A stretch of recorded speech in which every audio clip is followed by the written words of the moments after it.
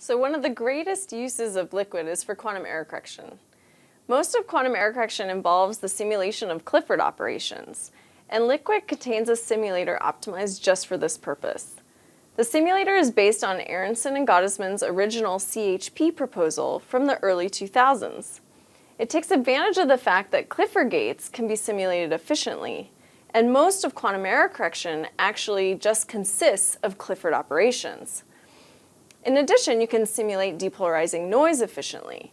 So you can use LIQUiD to actually study an error correction protocol under depolarizing noise, and then you can perform numerics, say simulations of the pseudo-thresholds for a huge range of code distances. This can give a really good idea of the performance of the code for various distances of the code. In addition, you can study more realistic noise models in LIQUiD using the full universal simulator.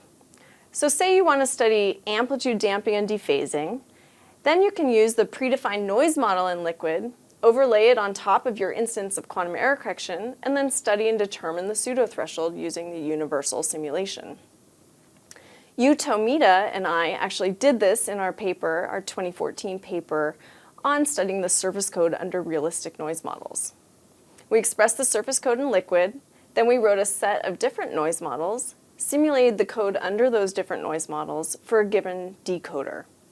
We ran many instances of the code on our cluster because we were performing Monte Carlo sampling, and obtained indicators of how small surface codes may perform in terms of pseudo-thresholds under realistic noise.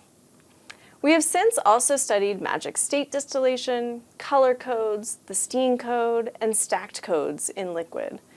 So LIQUiD allows one to be very flexible also in the decoder. So you can study performance of a code under various decoders. We're actually in the process of completing work now in this direction with Bettina Heim and Matt Hastings. We're looking at different decoders for, say, the surface code and color code. Since LIQUiD actually allows you to write classical programs, say in F# or C#, it's really easy to express your favorite classical decoder and then pair it with your quantum error correction simulation.